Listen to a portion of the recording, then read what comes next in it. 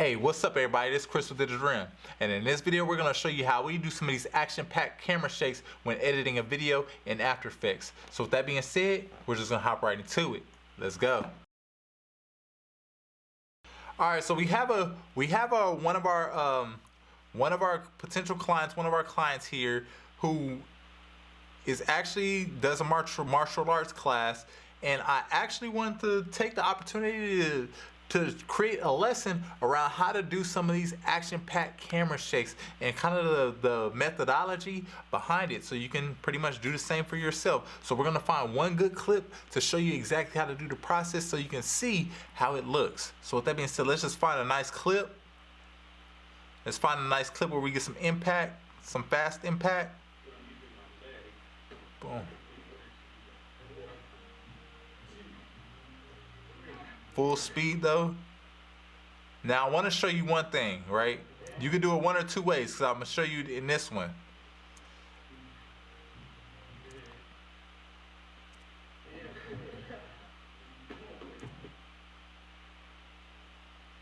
Alright, I'm going to show you in that one. So there are one or two ways to do this technique. You have in-camera and you have post-production. So in-camera will essentially be like, let's say we're grabbing this here. This is our camera, we're grabbing the camera here. And when the actual person makes impact, so when he kicks and hits, we're just kind of flicking our camera off towards the direction. So let's say he's kicking this way, we're gonna flick it that way, just like that. We're just gonna flick it, not too far where they're off screen, but just a barely tap and recenter it.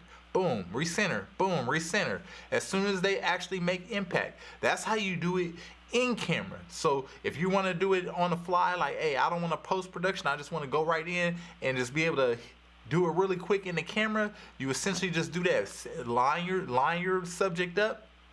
Every time they make impact, once they make impact, just flick it, just like that. Just barely flick it, right? And it'll make that impact. So you can see in this example,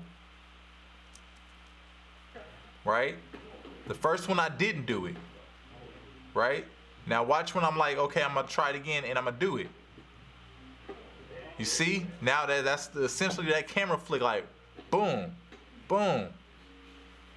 You get it? Let's look at it again one more time. That's without it. That's with it.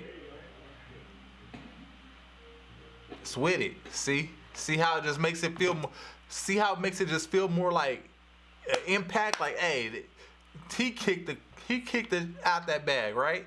So that's essentially what you want to create in some of these scenes. So we're going to do this.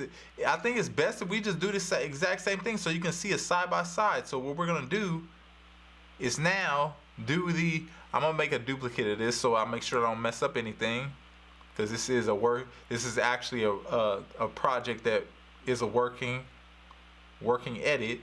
So we're just going to remove all of these ones that we don't want, right? I'm going to just keep it simple.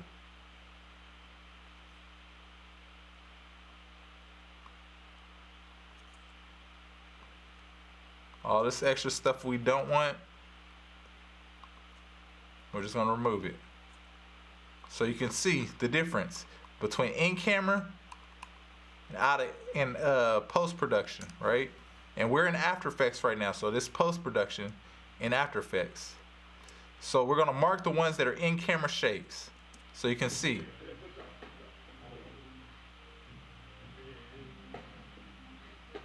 All right. So these last two will be in camera. We'll make them yellow, right? So the yellow ones are in camera. The teal ones or the aqua ones are going to be After Effects post-production, right? So let's just get to it. So how would we do this in post-production? Essentially, what you want to do is create a null. You can create a null by going to Layer, New, Null Object, and it'll create a null, right? That null is essentially what we're going to use to parent to the actual footage.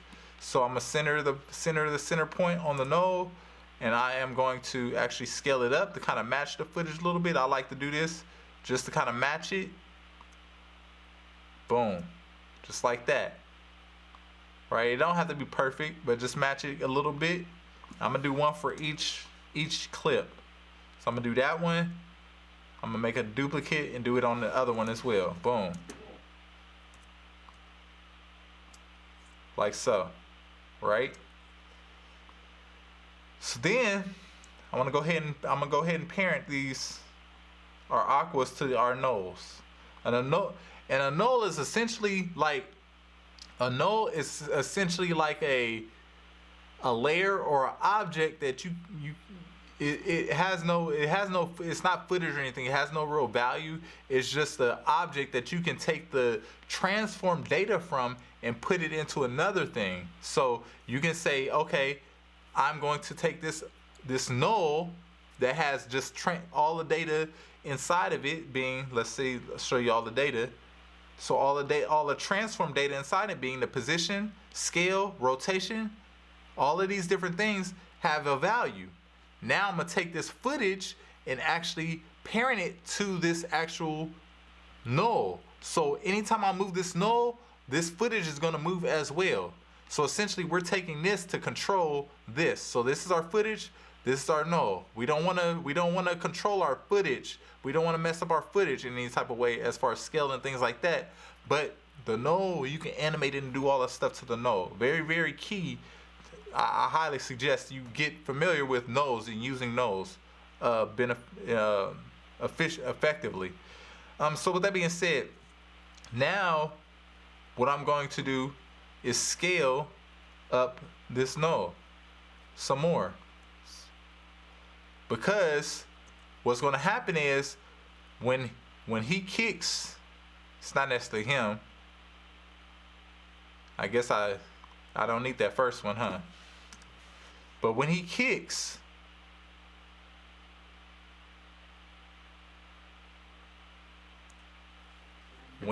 here,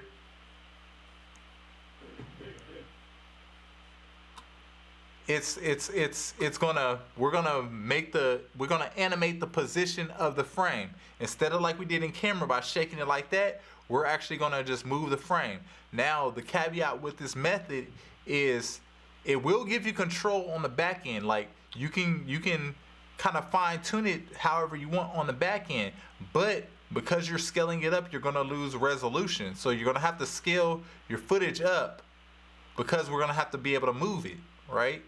So I highly urge that you start off, so we'll have the most room to move it like this.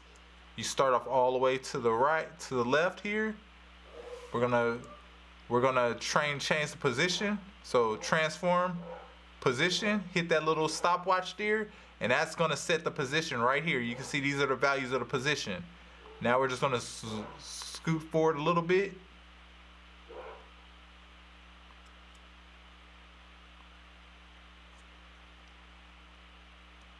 And sorry, got a little distracted, but I'm gonna scoot forward a little bit. As soon as he picks his foot up, I'm gonna start that camera move. So boom, right when he makes that impact is gonna be if you wanna consider the apex of how far it's gonna move out. So right when he makes that impact, boom, we're shifting the camera. Bow, right? And it's essentially what we're doing here is following that foot. That foot is coming.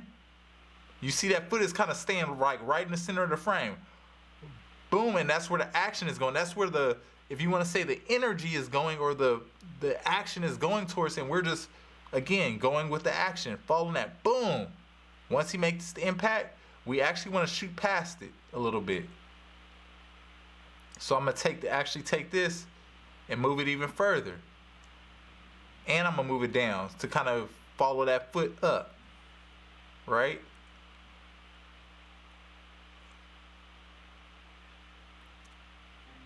Boom. Now just notice that I'm going off frame here, huh? Boom. Then bring it back. Once it drops, bring it back.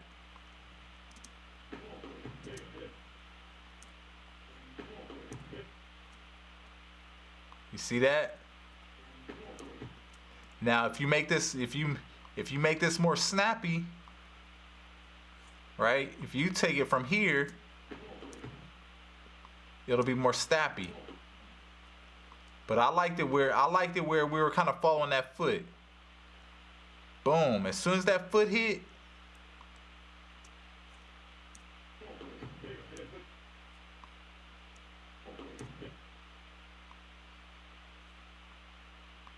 and drop it off. Boom.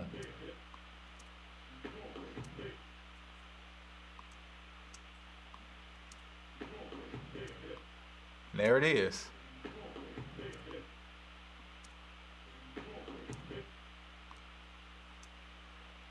I'm gonna actually bring it down just a little bit,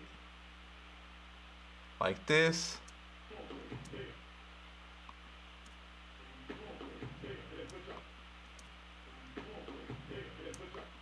All right.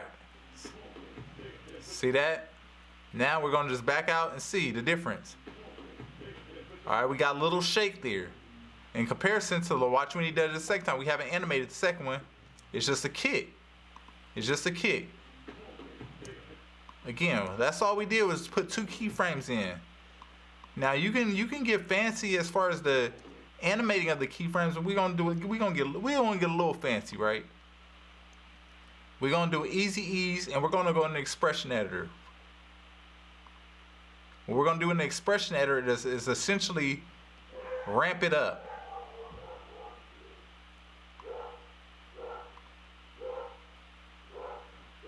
And if you're not seeing the features there, or like the speed, you hit the little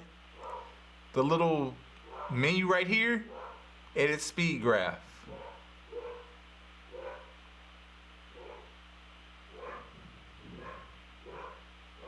And we're just gonna hit that speed graph just like that. It's gonna speed in.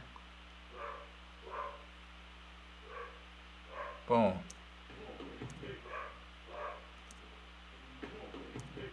There we go. You see that?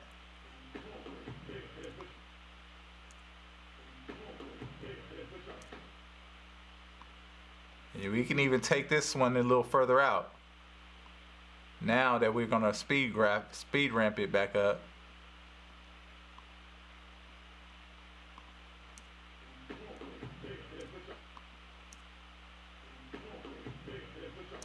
Bam, just like that. So that's how you look, and that's how you would do that as far as animation and keys. So again, we went from near in comparison to, all right. You see how we did that in post?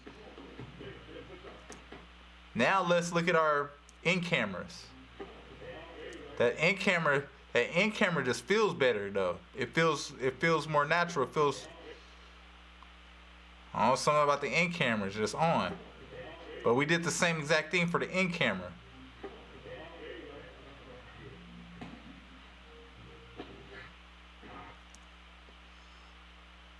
I'm gonna put this on loop real quick so we don't have to keep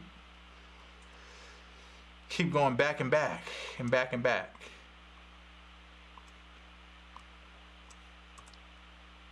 All right. That actually looks decent. Like that's a keyframed camera move. Boom.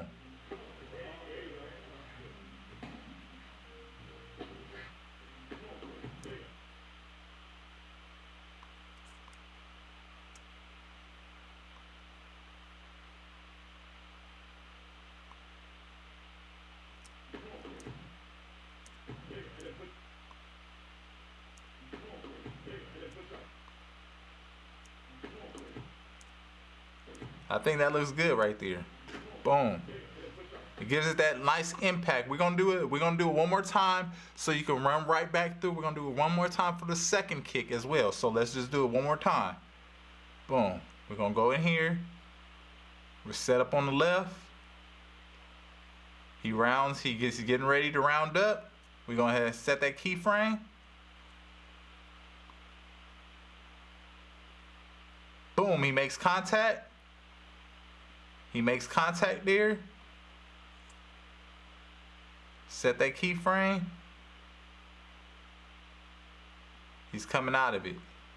I'm gonna pull it out a little bit so he can get to come out. He's coming out of it. Boom. Right there. I'm gonna put these here. I kind of already had them chopped up for. Boom. So now I just copied this keyframe 3 times without moving it. Boom, boom, boom. Right? But I made a keyframe where he made impact. And if you want to just skip to where your keyframes are, you can just hit these little arrows and it'll skip to the keyframe. So now I can just go to where that keyframe is where he made impact, do my camera move, boom. He kicked that thing, right? Wow. Wow. Now one of the things that, if yours is doing this, like see how this is moving, even though these two are the same keyframes? What you can do is keyframe interpolation. Make sure you set the linear.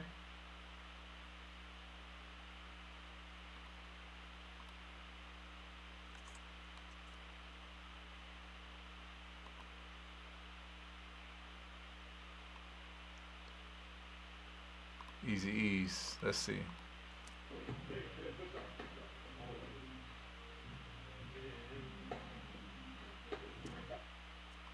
There we go.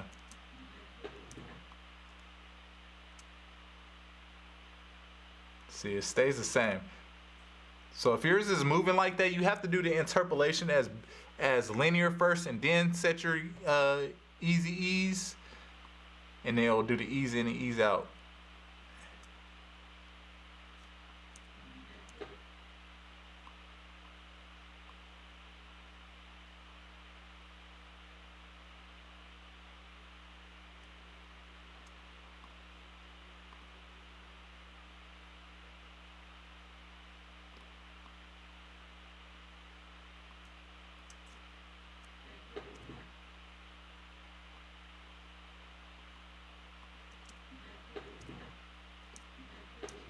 And you can just tweak it until it feels right. The faster it is, the better it feels, actually.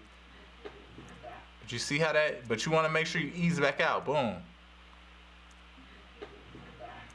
Alright, so now we have the red where it's in post-production, then we have the yellow where it's in camera. Boom. And if we had a bigger frame or more real estate, we'd be able to push this a lot more, right? Luckily in this other shot we have more real estate on the right side, so we can really bring it back.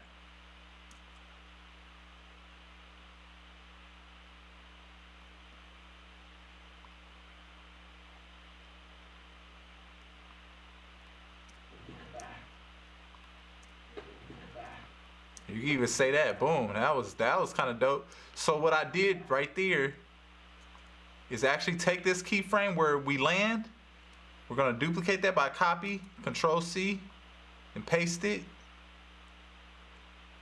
Or not even copy and paste it. Just drag the timeline here a few frames forward, where he's right before he starts to pull his leg away. Create a keyframe and just pull that keyframe out, just to hold that leg there a little longer.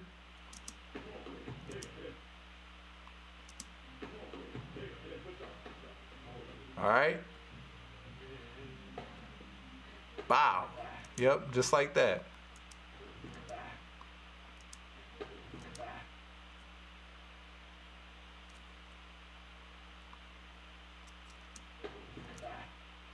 That's even better.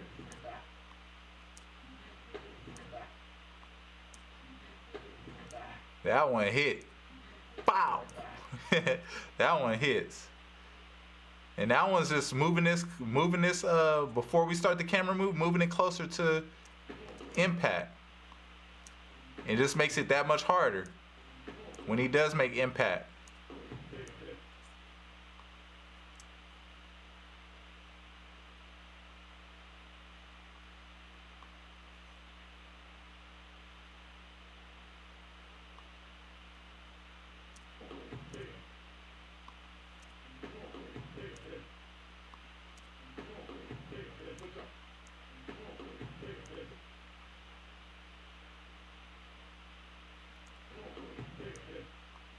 Just like that. Boom. I like the second one better. Ooh. Now see, this is highlighting exactly why I wanted to show these two different methods. Because when you do it in post, you can continuously tweak it and tweak it and tweak it until it feels powerful enough to you, right? You can really get in here. I like that second one. That second one feels real good. Bow. Like he kicked that, right? Boom. In comparison to in camera, which feels nice, it feels more natural. But again, once it's shot, we can't really get in here and control it like we can with the other one. So let's compare the two. This is post. Let me make it bigger for everybody so you can see better. Right?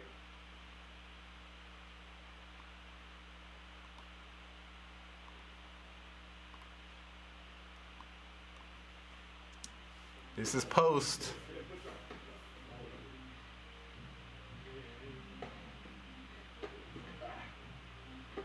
That's in camera. In camera. Post. In camera. In camera. Oh, I don't know why it's not showing the last one. Keep skipping that one. Post.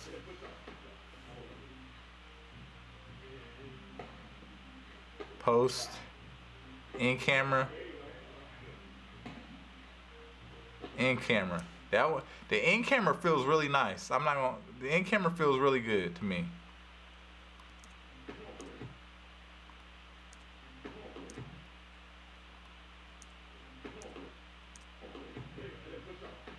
But I love the control of the post.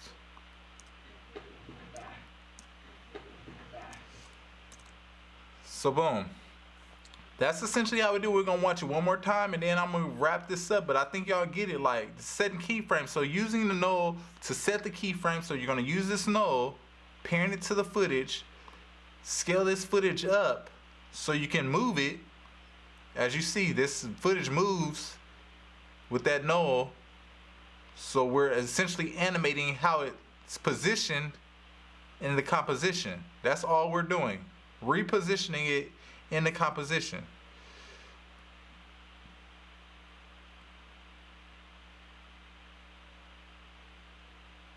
Right? In comparison to this is just raw footage in camera.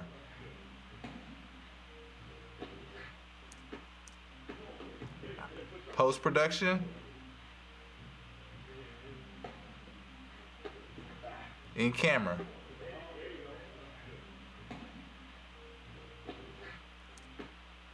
Right? So boom, there it is. You got to see exactly how you can choose between the two, either in camera or post-production, as far as those camera shakes and those camera moves. Very, very, very powerful tool to make those action scenes come alive a little more, make those impacts look a little more realistic. Again, one of those things I was looking for around the internet, like how do you do this? How do you do this specific, if you want to call it a technique, but how do you do this specific look as far as video editing? Essentially, that's just how we showed you. Like that's essentially how you do it. Either you want to do it in camera by following the action past the impact. So as the impact comes, you're following it past it and bringing it back, or with the camera, or you can do it the same exact thing in whatever editing program you're using. You do the same exact method by following the action past impact, then bring it back to center on camera. So again, that's essentially in a nutshell exactly how you do the technique. Now, pros and cons between the two. Pros being, or cons being, let's start with cons.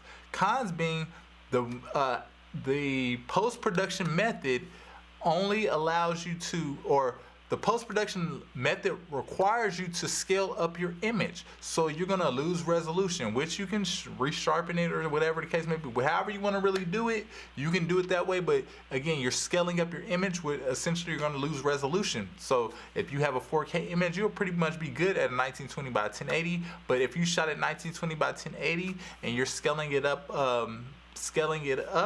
you're starting to lose resolution where it might look 720, so on and so forth, depending on how large you scale it. For the in camera, you don't have the ability to control after, much after in regards to the animation of the camera.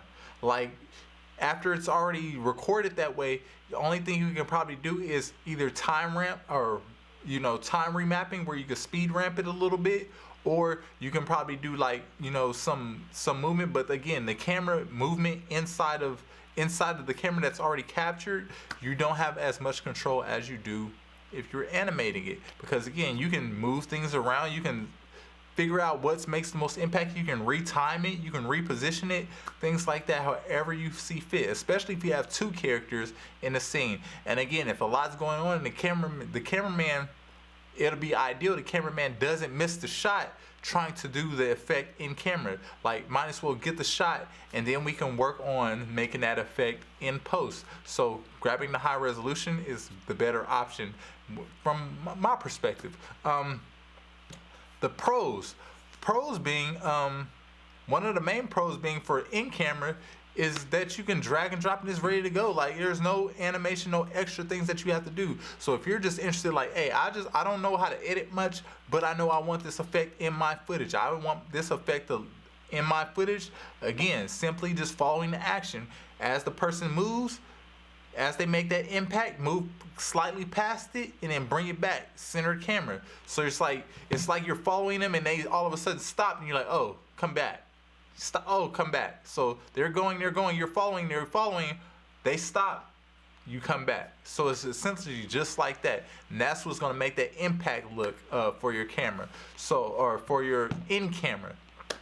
Out of camera pros being that you can control it. Like, you can control the feel, you can control how powerful that thing is. Like, you even saw in our example, like we made a couple of times, like I squeezed the keyframes in and it just like snapped. It was like, whoa, he really kicked that back really hard. But again, when we saw the raw footage, it was more like it was a kick, but it didn't feel as hard as when we added those extra keyframes in it. So the pros being mainly the fact that, hey, you can go in there and really, really tweak it to make it the most impactful that fits the scene at the end of the day. So with that being said, hey, hopefully this inspired you to do that one thing that takes you closer to goals. Hopefully this shows you how to do those in-camera moves or post-production moves for your actual fight scenes, or if you want to not even say fight scenes, you can do dance scenes, you can do workout scenes, you can do all kinds of different scenes. So for your video, for your brand,